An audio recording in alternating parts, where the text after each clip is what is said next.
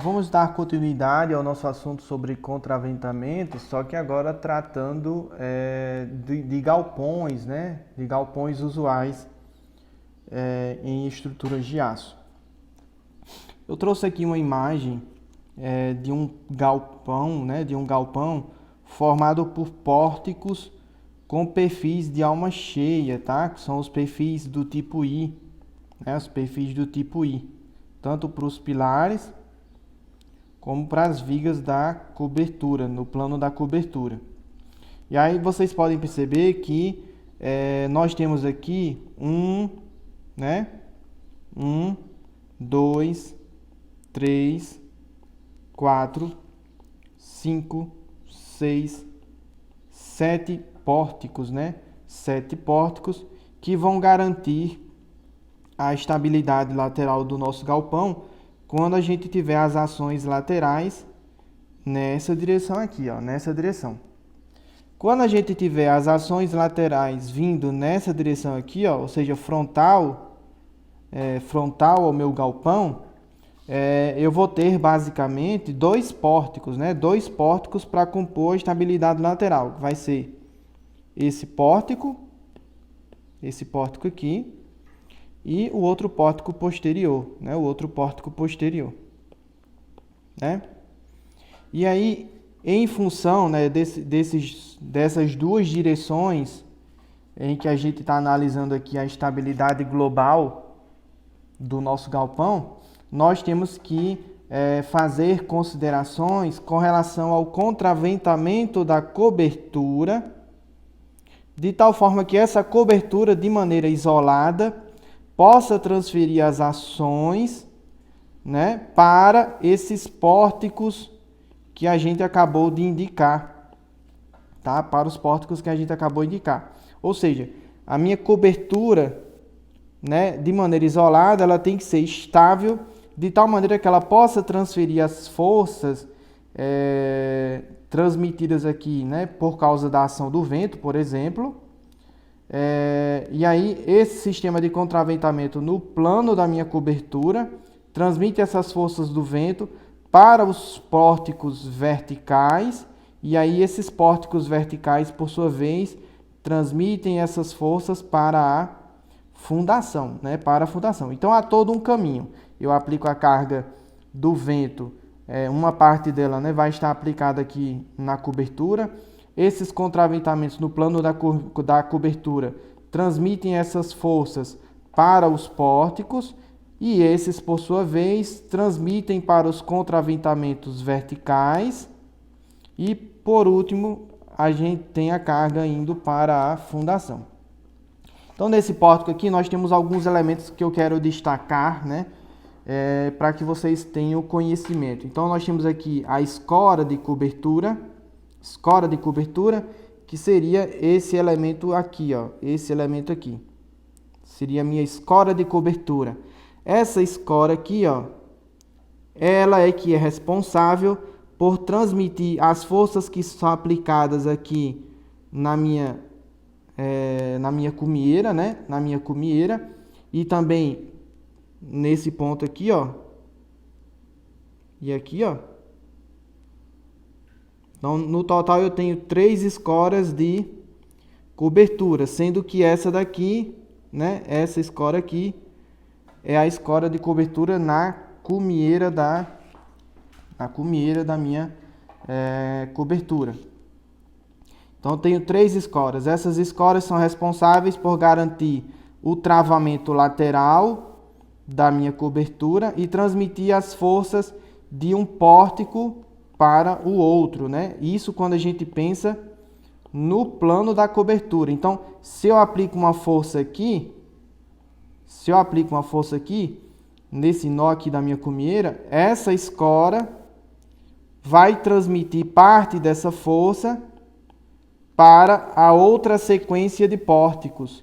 E assim por diante. Esse outro nó aqui, ó, por meio dessa outra escora, transmite essa força para esse outro nó. E assim por diante.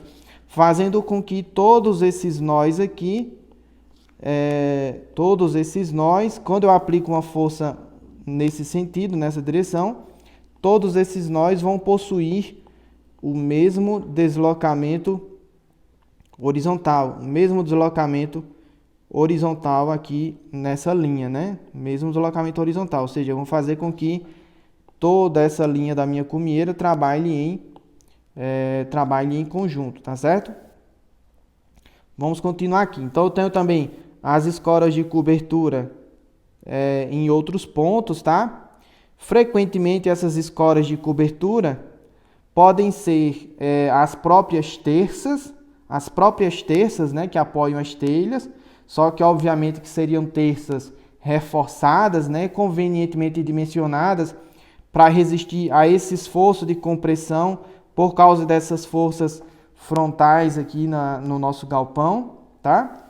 Então elas seriam dimensionadas não só para as cargas verticais, mas também para uma força de compressão, tá? Para uma força de compressão. Então, essas aqui são as minhas escoras de cobertura, tá? As minhas escoras de cobertura. Frequentemente, como eu disse, elas são as próprias terças, mas podem ser também elementos estruturais, como escoras convenientemente colocadas abaixo, né? Em um nível inferior às terças, naquela linha que a gente está imaginando, e dimensionadas para suportar apenas aquele esforço de compressão que eu acabei de falar. Temos também as escoras de beiral, também tem a mesma finalidade, só que aqui elas ficam no beiral do galpão, né? No beiral aqui, ó. No beiral. Então, elas vão garantir aqui que haja um esforço, que haja aqui uma compatibilidade de deslocamentos desse ponto com esse ponto e desse ponto com esse ponto, ou seja, transferindo os esforços de compressão de um pórtico para o outro. Então, se eu aplico uma ação nesse ponto aqui do meu galpão, essa escora de beiral vai fazer com que todos esses nós aqui trabalhem em conjunto, tá? Ou seja, como se fosse um trem em que eu tenho aqui o vagão principal e os vagões secundários, só que aí precisa haver ali uma conectividade entre si, tá? Do mesmo modo, essa nossa escora de beiral tem que ser dimensionada à compressão. E aí, se ela se tratar de uma terça, né, uma terça aqui no beiral da cobertura, essa terça, além dela ser dimensionada para flexão, ela também vai ter que ser dimensionada para um esforço de compressão, tá? Para um esforço de compressão. Temos também os contraventamentos verticais,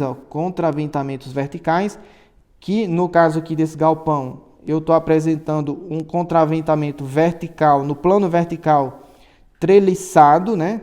Treliçado em forma de X. Aí, convenientemente, pelo que está sendo apresentado aqui, apenas essa primeira fileira e a última possuem contraventamento em X, como vocês podem ver na figura, né? Os demais não possuem esse contraventamento, tendo em vista que há aqui uma compatibilidade de deslocamentos, né? Ó, desse nó para esse e para esse e para esse. Ou seja, se esse contraventamento é eficiente e essas escoras foram dimensionadas para resistir ao esforço de compressão, então, se esse nó está travado, né, lateralmente falando, então, consequentemente, esse aqui também está travado, esse aqui também está travado, esse aqui também está travado. Então, está aqui o papel importante também das escoras, né, ó, de transmitir, né, de garantir o travamento mútuo entre pórticos, né, por mais que a gente não tenha travamento em todos eles propriamente dito. Eu tenho travamento no primeiro e no segundo, né, de forma mútua. E aí, por meio das escoras, esses travamentos são transmitidos para os demais pórticos, né? São transmitidos para os demais pórticos. Vamos seguir aqui o nosso raciocínio, então. Agora nós temos aqui os contraventamentos no plano da cobertura, que são esses contraventamentos aqui em X também, ó. Esses contraventamentos em X que estão aqui, ó. Contraventamentos em X. Perceba que, novamente, esse contraventamento no plano da cobertura que eu estou colocando em X, o nosso sistema treliçado, né? Ele está ocorrendo apenas na primeira e entre a primeira e a segunda fileira e entre a penúltima e a última fileira do meu galpão. Por quê? Porque eu estou imaginando que ao travar esse nó aqui, esse nó e esse nó do meu pórtico, as escoras, né, tanto do beiral como da cobertura, vão se incumbir, né, de transmitir esse travamento para os demais elementos estruturais, tá? Para os demais pórticos do meu galpão, tá? Então, percebam que há aqui uma interconexão, né? Uma interação entre os contraventamentos no plano da cobertura e as escoras de beiral. Então, no fundo, é como se eu tivesse literalmente aqui um trem, né? Eu tenho aqui o vagão principal, onde fica um motor, e aí todos os demais sendo puxados ou empurrados, como vocês preferirem pensar, tá? Então, se eu travo adequadamente a primeira e a segunda fileira, né? A primeira e a segunda fileira, e as escoras foram adequadamente dimensionadas à compressão, então vai haver transferência desse travamento daqui para os demais pórticos. Obviamente que existe aqui uma certa eficiência que deve ser analisada, tá? Dessa transmissão de travamento de um pórtico para outro, Mas isso a gente vai falar daqui a pouco, tá? Então, continuando, já falei sobre as escoras de cobertura, escoras de beiral, contraventamento vertical, contraventamento no plano da cobertura, e vamos falar agora das escoras nos pilares. Essas escoras que a gente tem aqui nos pilares, elas, além de também servirem de apoio para os elementos, né, para os elementos de tapamento lateral que a gente tem aqui, elas também servem para travar esse nó aqui que eu estou indicando do meu pilar e transmitir esse travamento para os demais pórticos do meu galpão, né? Então, essas nossas escoras que eu insiro aqui nos meus pilares, obviamente que além de travar os meus pilares nesse ponto aqui, nessa direção, ela também transmite esse travamento de um pórtico para o outro. Então, essas escoras elas devem ser dimensionadas adequadamente ao esforço de compressão ao qual elas vão estar sujeitas quando a gente inserir aqui as forças, por exemplo, né, quando a gente inserir aqui as forças do vento colidindo aqui com a face frontal do meu galpão, né, considerando aí a hipótese de ações mais desfavorável possível, tá? Eu trouxe aqui uma figura, né, que eu elaborei no SketchUp, tá? Então, nós temos aqui um galpão em que os pilares... É um galpão relativamente pequeno, né? E nós temos aqui os pilares formados por dois perfis laminados, perfis do tipo W, tá? Nós temos aqui três colunas, né? Colunas de tapamento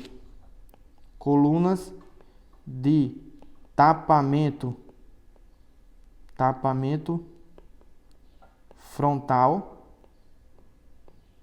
E essas colunas, obviamente, que elas servem de apoio para os elementos de vedação frontal aqui do meu galpão, né? As telhas, os portões, né? E diversos elementos que compõem ali o fechamento frontal do meu galpão. o que acontece? A princípio, o meu sistema de contraventamento, os meus pórticos, né, que garantem a estabilidade do meu galpão, são esses pórticos aqui, ó, né, junto com a treliça de cobertura, certo? Junto com essa treliça. Essas colunas de tapamento frontal, perceba que elas só existem na face frontal do meu galpão, tá? Só existem na face frontal do meu galpão. Elas deveriam existir também lá na última face, mas não é o caso, a gente não precisa visualizar isso aqui, né? Então, o que acontece? Essas colunas aqui, elas basicamente são dimensionadas para o esforço de flexão por causa da força do vento incidindo frontalmente, tá? E aí, essas colunas de tapamento frontal transmitem essa reação de apoio proveniente da ação do vento para esse nó e esse nó da minha treliça. E aí, caso nada seja feito, essa minha treliça aqui pode sofrer aqui uma instabilidade lateral, tendo em vista que eu estou aplicando uma força perpendicular ao plano da minha treliça, né? Então, eu tenho que contraventar o plano da minha cobertura,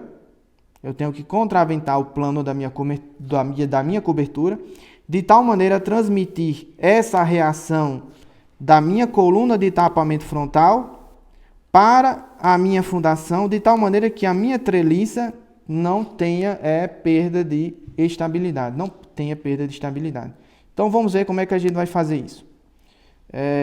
Eu vou começar indicando para vocês que a priori, eu vou admitir que essa força não está aplicada nesse nó inferior da minha treliça.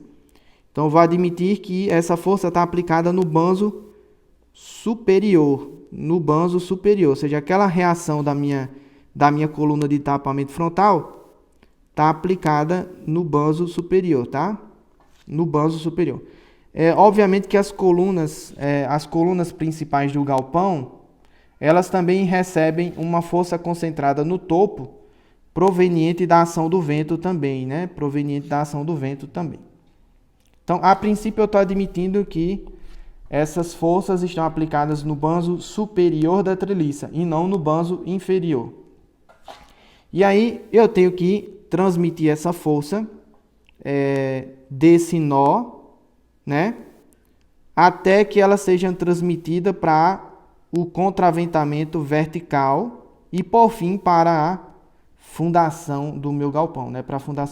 Então, o que é que eu vou fazer? Deixa eu tentar usar o recurso aqui de linhas geométricas, né? Eu vou criar um sistema treliçado no plano dessa cobertura. De tal maneira que esse sistema treliçado aqui em cima, no plano inclinado da cobertura, transmita essas forças para o contraventamento vertical. Vamos ver aqui, ó. Então, vou primeiro criar os montantes dessa minha treliça no plano da cobertura. Então, primeiro eu vou criar um montante desse nó para esse nó. Depois, outro montante desse nó para... Deixa eu contar aqui. 1, 2, 3, 4, 5, né? Então, 1, 2, 3, 4, 5. Desse nó para esse. Depois, dessa cumieira para essa cumieira. Depois, dessa cumieira para essa. Então, vou contar aqui. 1, 2, 3, 4, 5, né? 1, 2, 3, 4, 5. É isso mesmo. E depois, lá do beiral para esse outro beiral. Bom, apenas aplicando essas cinco montantes, ou seja, essas minhas 5 escoras, né? Eu tenho aqui uma escora de beiral, outra escora de beiral, uma escora na cumieira e 3 escoras de cobertura, sendo que uma delas é na cumieira. Quando eu aplico a força do vento aqui, simplesmente essa força transmite daqui e vai para outro ponto. Mas aí vai provocar um outro problema na outra treliça do mesmo jeito. Então, o que é que a gente faz? Agora a gente cria as diagonais, né? O contraventamento no plano da cobertura. Então, eu vou e crio um contraventamento em X no plano da cobertura. Um contraventamento em X no plano da cobertura. Quando eu faço essa disposição, né? Quando eu crio aqui essa disposição, vocês vão de concordar comigo que eu acabei de criar uma treliça, né? Em que eu tenho montantes e diagonais, tá? E essa treliça que está basicamente no plano horizontal vai pegar essas forças do vento colidindo frontalmente com o meu galpão e transmiti-las, né? Transmiti-la para os topos dos pilares, E aí, por fim, esse meu pilar aqui, ele tem que ser, né? O topo dele tem que ser contraventado. Então, eu crio aqui outro sistema treliçado, só que agora no plano vertical. No plano vertical.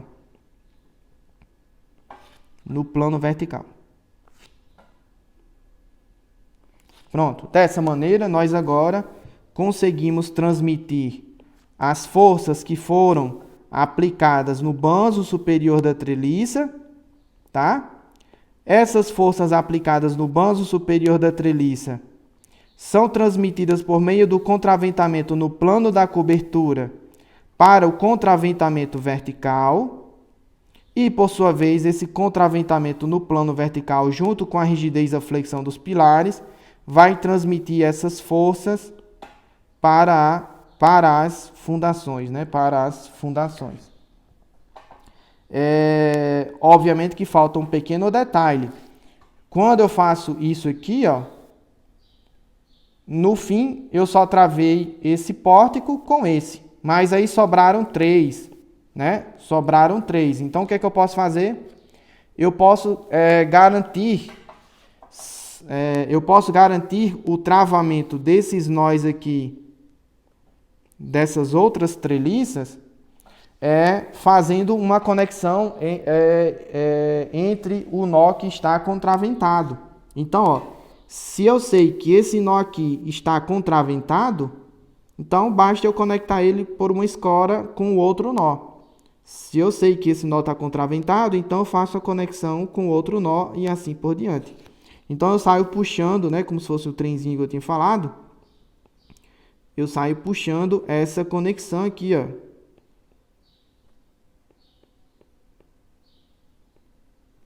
Da cumieira. Lá do outro também. E lá do beiral. Lá do beiral. Ou seja, eu estou dizendo que esse travamento, esse contraventamento aqui entre esses dois pórticos, a princípio, né, esse conjunto de contraventamentos, não só na cobertura, mas também no plano vertical, tem capacidade de contraventar esses outros 3 pórticos, né? Esses outros 3 pórticos. Essa eficiência, né?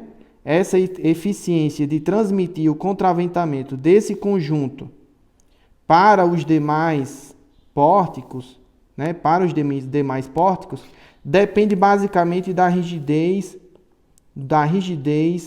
né?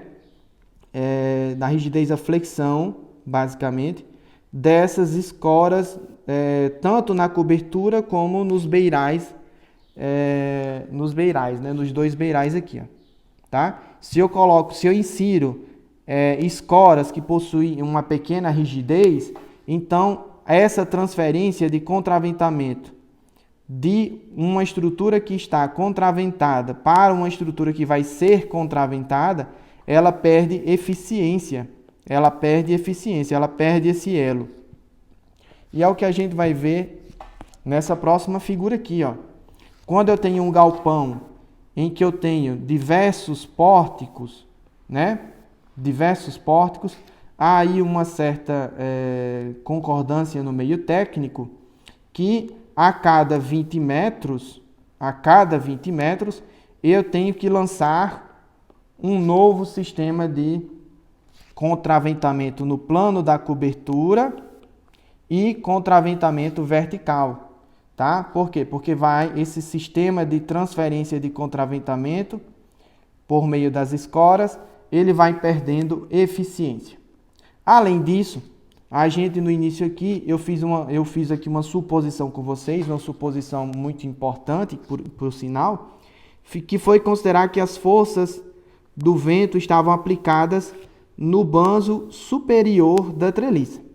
De certo modo, uma parte das forças do vento são aplicadas sim no banzo superior da treliça, mas não a totalidade. Boa parte da carga do vento vai descarregar nas colunas de tapamento frontal, que vai para o banzo inferior, como a gente tinha dito. E aí, se nada for feito, vai haver a tendência dessa treliça rotacionar aqui, ó, rotacionar e sofrer uma espécie de torção, né? Sofrer uma espécie de torção. Então, o que é que a gente faz? Uma solução muito comum, né? Muito comum, é usar o que a gente chama de mão francesa. Então, se a carga vai ser aplicada nesse nó aqui, ó, nesse nó, eu posso transmiti-la, né? Eu posso transmitir essa força nesse nó para a escora da cobertura por meio de uma mão francesa. Então, eu transmito essa carga daqui para a escora da cumieira por meio de uma mão francesa, essa outra força daqui para a escora de cobertura por meio de uma mão francesa. A força que está aplicada aqui, ela já está aplicada no nó contraventado, então não há necessidade de uma mão francesa aqui na minha treliça nesse ponto, né? Esse nó aqui já está travado lateralmente por si só. Obviamente que esse mesmo conceito deve ser aplicado às demais treliças, né? A todas as outras treliças, porque caso isso não seja feito, né? Caso isso não seja feito, vai haver uma tendência, né, de instabilidade lateral dessas minhas treliças, tá?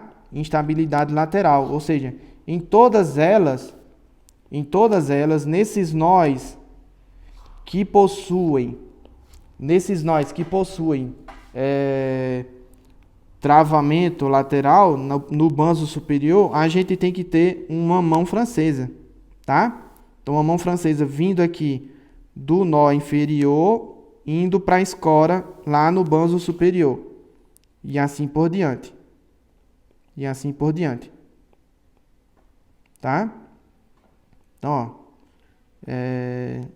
perceba que a mão francesa, ela sempre tem, pelo menos para as treliças centrais, ela é sempre um V, né? Sempre um V, tá bom? Sempre um V. Não vou tentar desenhar as outras, porque vai ficar bastante poluído aqui a minha ilustração.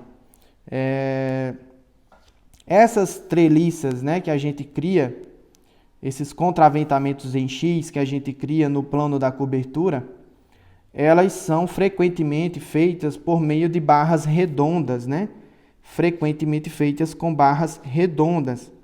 E aí, elas possuem esse tipo de extremidade aqui, que é o que a gente chama de puxador ou esticador, né? Puxador ou esticador. Ou seja, aqui a gente tem uma região para inserir um parafuso e fazer a conexão junto ao banzo superior da treliça, tá? Junto ao banzo superior da treliça ou nas mesas dos pilares. E aí, ao girar, né? Ao girar aqui a barra redonda em relação à chapa de apoio, nós fazemos o aperto do cabo, ou seja, é o que a gente chama de escorva, né? Escorva, salvo engano, chamado frequentemente no meio técnico de escorva, que é você fazer o aperto dos tirantes, né? Dos tirantes que compõem o contraventamento em X, de tal maneira a garantir a eficiência desse sistema em si, tá bom? Aqui eu trago uma imagem eu retirei das notas de aula do professor Jorge Munayar, lá da Escola de Engenharia de São Carlos, né? Escola de Engenharia de São Carlos, professor Jorge Munayar é reconhecido nacionalmente, internacionalmente, pelas suas publicações na área de estrutores de aço, tá? Diversas linhas de pesquisa. E aí, nas notas de aula dele, ele apresenta que essa imagem aqui é da construção de um dos prédios, se eu não me engano, do prédio da biblioteca, da biblioteca da Escola de Engenharia de São Carlos. Então, na cobertura, nós temos aqui esses elementos de contraventamento, não só no banzo inferior, né, no banzo inferior da treliça, tem aqui ó, o elemento de contraventamento, como também no banzo superior da treliça, né, no banzo superior, tá? No banzo superior. E aí, durante a montagem, essa chapa aqui, ó, essa chapa, ela sofre aqui um aperto, uma rotação, de tal maneira a esticar, né, esses tirantes, né, e garantir a eficiência, né, a eficiência desse travamento lateral. Um ponto importante aqui que vocês devem observar é que aqui nós temos esse ponto que eu estou indicando aqui, ó, é a cumieira da cobertura, tá? Cumieira. Lá na cumieira, nós temos ali duas terças, uma que fica ligeiramente à esquerda da cumieira e uma que fica ligeiramente à direita da cumieira. Cada terça dessa daqui, né, se ela foi considerada como elemento de contraventamento, cada terça dessa daqui está sujeita também a um esforço de compressão, como a gente viu, porque seriam então duas escoras, né, duas escoras lá na minha cumieira, tá? Duas escoras na minha cumieira.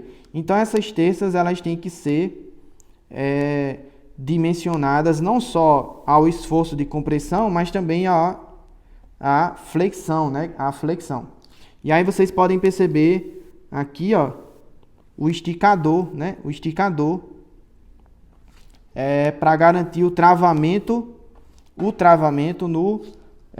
lá na cumieira da treliça, que seria esse travamento daqui para cá, ó, tá? Desse pontinho aqui, ó, tá? Então essa escora que está aqui representada na cumieira, na verdade, ela consiste de duas barras, né? Porque vai ter uma barra à esquerda da cumieira e uma barra à direita da cumieira do nosso galpão, tá bom? Espero que vocês tenham compreendido esse esquema de montagem. Então aqui eu trago o esquema genérico, né, de detalhamento de mão francesa, de tal maneira a travar lateralmente o banzo inferior da treliça, né, até chegar na escora, né, no banzo superior da treliça, Então, quando eu disponho aqui somente uma escora, aliás, quando eu disponho apenas uma mão francesa, esse elemento aqui, ele pode estar solicitado não só a tração, como também ele pode estar solicitado a compressão, dependendo de qual sentido a nossa treliça vai sofrer movimentos laterais aqui, né? Se a minha treliça sofrer giros no sentido aqui anti-horário, esse meu elemento da minha mão francesa vai ficar comprimido, tá? Vai ficar comprimido. Se, por sua vez, a minha treliça sofrer tendência de giros no sentido horário, essa minha mão francesa, ela vai ficar tracionada, tá? Tracionada. E aí, ou seja, pode haver inversão no sentido do esforço. Uma hora ele pode ser de tração, uma hora ele pode ser de compressão lá na minha mão francesa. E aqui é um caso mais usual, é quando a gente coloca a mão francesa nos dois lados da treliça, né? Nos dois lados da treliça. Porque aí, quando essa minha treliça tentar girar no sentido anti-horário, por exemplo, essa daqui do lado direito, essa treliça do lado direito vai ficar comprimida, enquanto que essa outra vai ficar tracionada, tá? Tracionada. E aí, se esse elemento aqui possui ali uma pequena rigidez, a flexão, a carga crítica dele é menor. Então, vai haver a tendência dele sofrer flambagem, né? Vai ter a tendência dele sofrer flambagem, tá? Lembrem lá da carga crítica de Euler, tá? Carga crítica de Euler é π ao quadrado vezes o módulo da elasticidade vezes a inércia, né? Dividido pelo comprimento de flambagem ao quadrado. Se eu uso aqui como elemento de mão francesa um perfil, né? Um perfil que possui uma pequena inércia, então vai haver a maior chance dele sofrer flambagem, né? Flambagem. Então é conveniente que a gente coloque a nossa mão francesa nas duas direções, porque aí quando uma estiver comprimida e, portanto, com pouca eficiência, a outra vai ficar tracionada e com muita eficiência, tá? Lembrem sempre dessa regra. Se eu tenho aqui uma peça que pertence ao contraventamento e ela possui uma pequena rigidez à flexão, então eu tenho que garantir pelo menos o comportamento da barra que vai ficar tracionada, tendo em vista que a comprimida provavelmente vai sofrer flambagem, provavelmente, tá? Então deixa eu apagar aqui algumas anotações. Os tipos de ligação que a gente pode ter com relação ao banzo inferior e com relação à escora são dos mais diversos possíveis, né? Os mais diversos possíveis. Eu não quero aqui tratar especificamente de como são feitas essas ligações com o banzo inferior e com as terças lá no plano da cobertura. Eu quero só apresentar o comportamento mecânico, né? O comportamento mecânico dessas mãos francesas na nossa treliça de cobertura, tá bom? Aqui eu trouxe uma figura do Pfeil, né? Do Walter Pfeil e da Michelle Pfeil. Eu já recomendei essa obra para que vocês deem uma lida nela, porque esse livro tem um capítulo muito interessante sobre estabilidade global e contraventamentos. Então eu acho interessante que vocês façam essa leitura. E aí eu quis trazer aqui essa imagem. Eu estou mostrando aqui para vocês a vista em planta da cobertura de um galpão. A vista em planta. Então, nós temos aqui, ó, 1, 2, 3, 4, 5, 6, 7 pórticos, né? 7 pórticos. Aí nós temos aqui a cumieira do galpão, né? A cumieira do galpão. E aqui eu estou apresentando, ó, a vista em perspectiva, né? A vista isométrica, aliás, dessa cobertura desse galpão, da cobertura do meu galpão. Então, o que é que acontece? Vejam que, quando eu coloco aqui as ações do vento, né, no sentido gravitacional, as ações do vento no sentido gravitacional, na cobertura, né,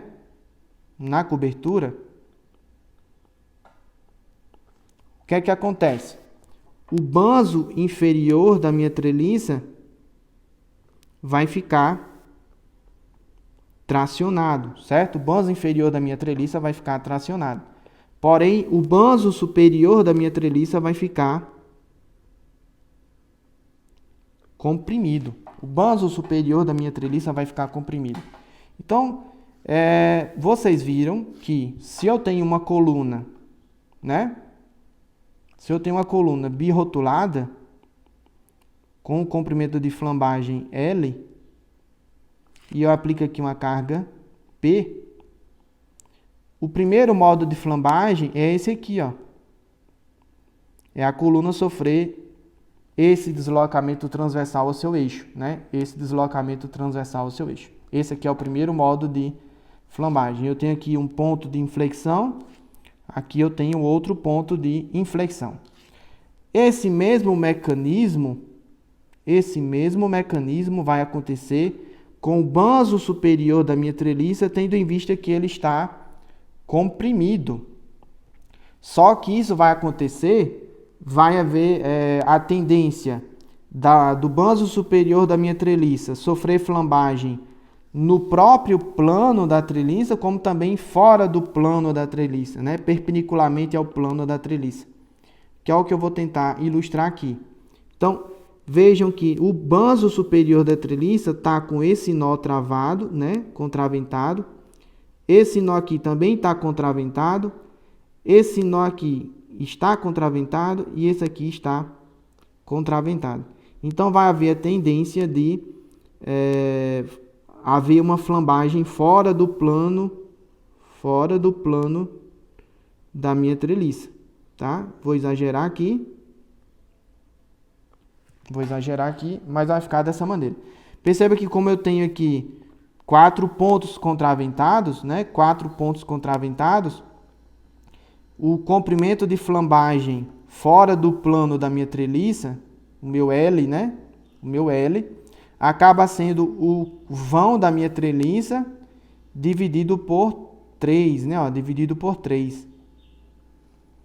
Eu dividi, criei aqui 4 pontos de travamento lateral. Então, portanto, o comprimento de flambagem de cada trecho aqui do banzo superior da minha treliça é o vão total da treliça, né? O vão total da treliça dividido por 3, ou seja, o meu L vai ser o vão dividido por 3, né? Dividido por 3. E aí, como eu criei vários travamentos aqui no banzo superior, eu vou ter ali uma melhor eficiência com relação a essa flambagem no banzo superior, pensando na flambagem fora do plano, né? Fora do plano da treliça, perpendicularmente ao plano da treliça. Quando a gente vai aqui, ó, se eu analisar isso aqui, ó, esse ponto está travado, esse ponto está travado, esse ponto está travado, esse ponto está travado. Então, quando eu olho perpendicularmente, né, a vista superior do meu galpão, é como se o banzo superior da minha treliça, ao ficar comprimido, tentasse sofrer esse modo de flambagem assim, ó. Só que aí, como o meu comprimento de flambagem foi reduzido em relação ao vão, né? Como o meu comprimento de flambagem foi reduzido em relação ao vão por causa dos contraventamentos, então eu ganho uma certa eficiência. Só que o mesmo conceito, né? O mesmo conceito deve ser feito para o banzo inferior da treliça. Por quê? Vocês podem questionar, né, da seguinte maneira. Quando eu tenho ações gravitacionais junto com o vento gravitacional também, né, o vento de sobrepressão, o meu banzo inferior fica tracionado. E a gente sabe que uma barra tracionada, ela não tem essa tendência de sofrer esse efeito de instabilidade, né? Isso é um conceito clássico que vocês já sabem. Só que o que acontece? Quando eu tenho casos de vento de sucção, né? Casos de vento de sucção, ou seja, tentando levantar a treliça, tentando levantar a cobertura, o meu banzo inferior fica comprimido e o banzo superior fica tracionado, né? O banzo superior fica tracionado. Então agora inverte-se o sentido. Quando eu tenho vento de sucção, o banzo inferior da minha treliça, que está comprimido, vai ter a tendência de sofrer flambagem, tá? E aí eu estou me referindo à flambagem fora do plano da treliça, Então, como é que a gente faz para diminuir, né? Diminuir o comprimento de flambagem do banzo inferior da treliça? Por meio de ou mão francesa, tá? Ou por meio de treliças verticais, unindo o nó inferior ao nó superior das treliças, tá? Unindo o nó inferior ao nó superior. Então, dessa maneira, quando eu crio esse travamento entre esse nó e o banzo superior, eu acabo criando um travamento lateral, né? Um travamento lateral na minha treliça. Eu crio um travamento lateral no banzo inferior. E aí isso faz com que o comprimento de flambagem do meu banzo inferior também seja reduzido, tá? O comprimento de flambagem do meu banzo inferior também fica reduzido, tendo em vista que eu inseri travamentos laterais no banzo inferior, conectando esse ponto e esse ponto ao banzo superior, ou por meio de mão francesa, ou por meio de treliças verticais, tá? Verticais. Como é o caso que está ilustrado aqui, ó. Existe aqui um contraventamento em X,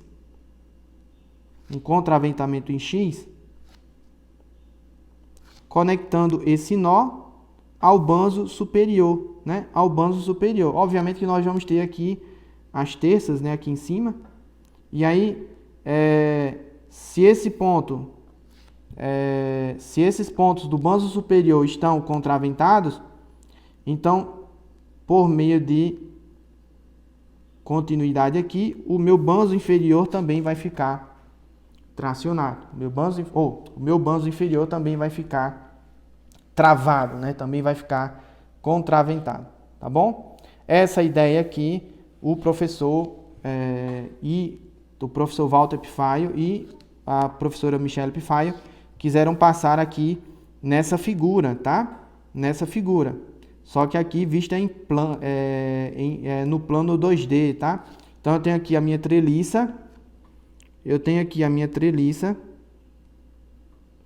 Banzo superior e banzo inferior.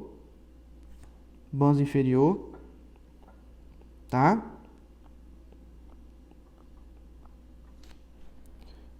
As diagonais aqui, ó. E aí, quando eu tenho ações do vento de sucção, tentando levantar a cobertura, tá? Ações do vento ascendentes, né? Se eu tenho que esse nó está travado lateralmente, esse nó está travado, esse nó está travado e esse nó está travado, então o meu banzo inferior vai ficar comprimido e com a tendência de sofrer flambagem fora do plano, segundo essa curva aqui, ó.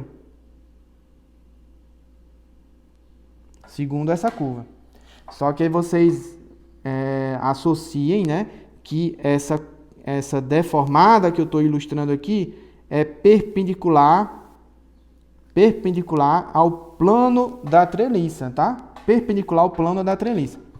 Alternativamente, quando eu tiver ações do vento de sobrepressão, o meu banzo superior vai ficar comprimido. E aí, esse nó estando contraventado, esse e esse estando contraventados, então vai haver a tendência do banzo superior sofrer esse tipo de deformação aqui, ó. Vocês vão me perdoar que eu acabei não considerando que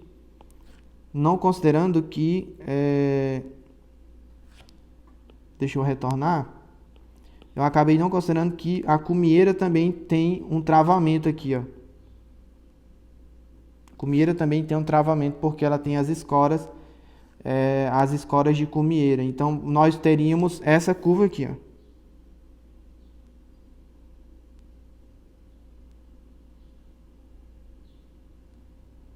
Tá? Essa deformada aqui, tá bom? Então, eu teria esse ponto travado, esse,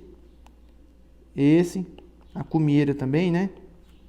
E esse aqui, tá? E aí, no banzo superior, o trecho com maior comprimento de flambagem seria esse, né? Flambagem fora do plano da treliça. No banzo inferior, o trecho com maior comprimento de flambagem, eu acredito que seriam iguais, mas seria algo em torno disso aqui, ó. E aí, isso é importante, né? é importante a gente ter esses conhecimentos sobre travamento lateral de treliça, porque quando a gente for tratar do dimensionamento de elementos tracionados e comprimidos que compõem treliças, é uma informação importante a gente saber quem são os pontos travados lateralmente da treliça para que a gente possa definir os comprimentos de flambagem, tá? Então achei importante eu inserir essa informação agora na nossa aula de contraventamentos em coberturas de galpões, tá? E também em coberturas de edifícios, em coberturas em treliça, né, de edifícios em geral, tá? Usualmente vocês veem esses sistemas de contraventamento de cobertura praticamente em todas as treliças que a gente encontra, tá? Só que o que eu vejo com mais frequência, ao invés desses contraventamentos em X aqui, ó, que eu ilustrei, é usar apenas a mão francesa que é a solução mais simples, tá? A solução mais barata, mais rápida até, eu acredito. Tá bom? Então, peço que vocês revejam o vídeo se for necessário, anotem as suas dúvidas para que a gente possa, no encontro síncrono, discutir melhor esse assunto, tá? Discutir mais a fundo, tá bom? Então, peço que vocês procurem a bibliografia básica e, mais importante, se cuidem, fiquem com Deus.